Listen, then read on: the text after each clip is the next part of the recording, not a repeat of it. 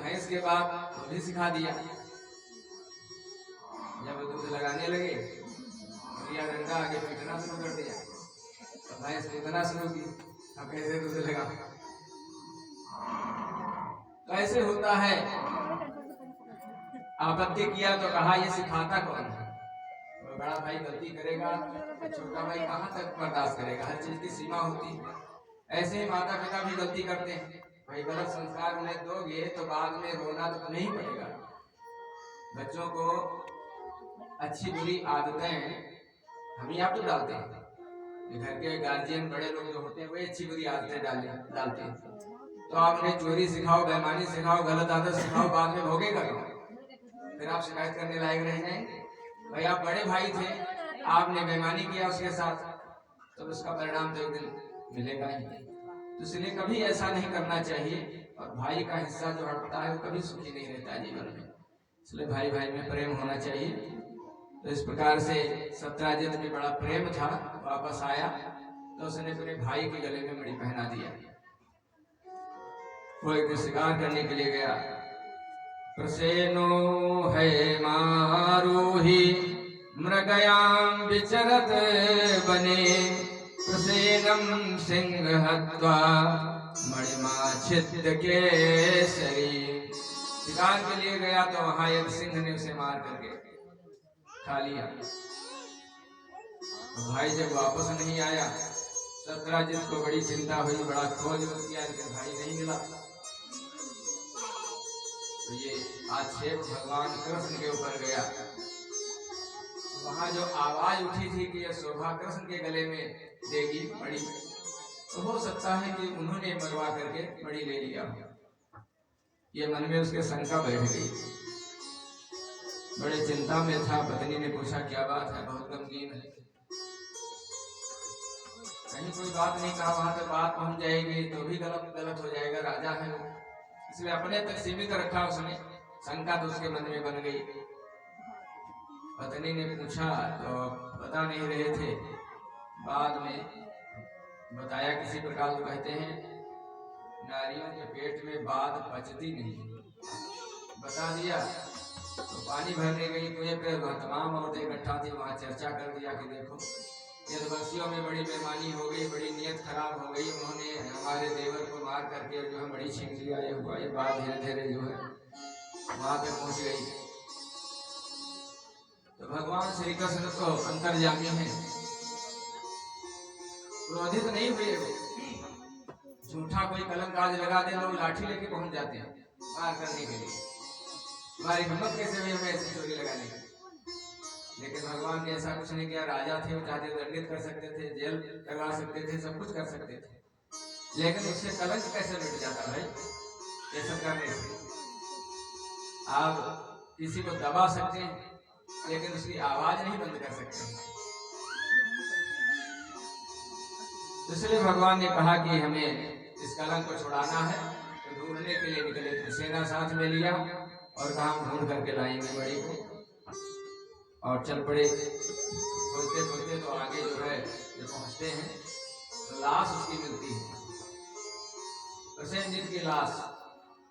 और सिंह के कुछ निशान मिले वहां। समझ गए कि शेर ने ही मारा है उसे, लेकिन मणि नहीं मिली वहां पर। आगे फिर बढ़ते हैं तो शेर मरा मिल गया, शेर की लाश मिली।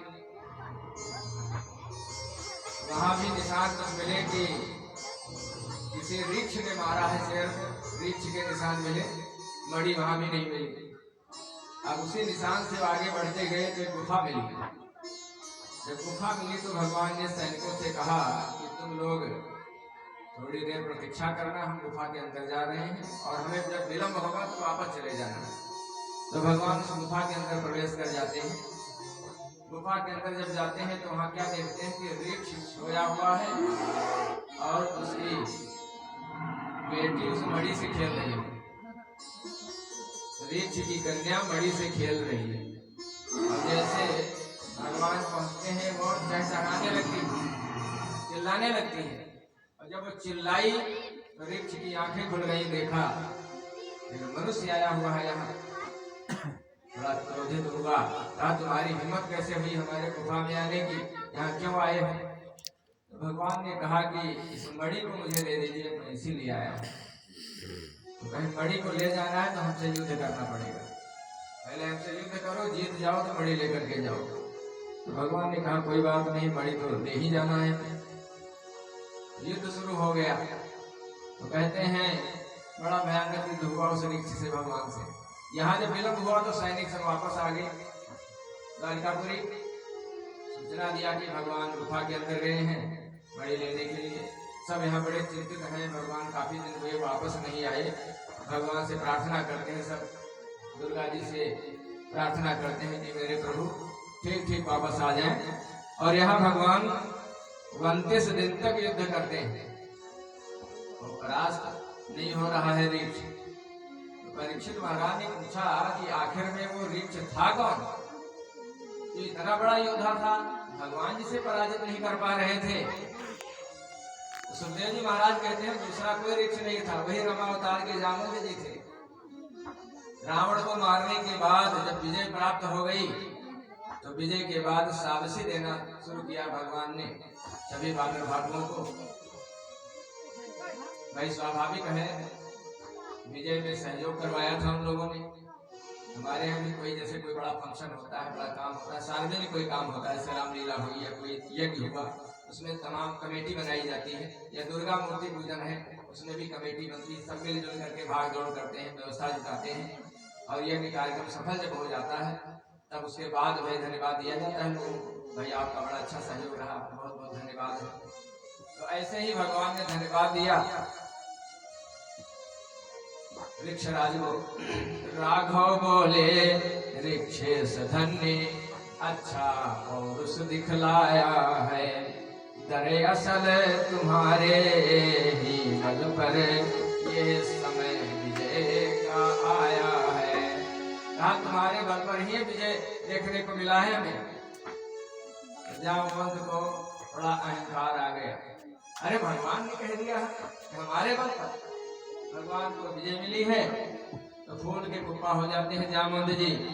कृपा तुम्हारी जो करे सो संभव हो नाथ, किंतु न तबियत भर सकी खुजलाते हैं हाथ। कहा प्रभु सब आपकी कृपा, लेकिन अभी पेट हमारा नहीं भरा, अभी हाथ खुजला रहे हैं।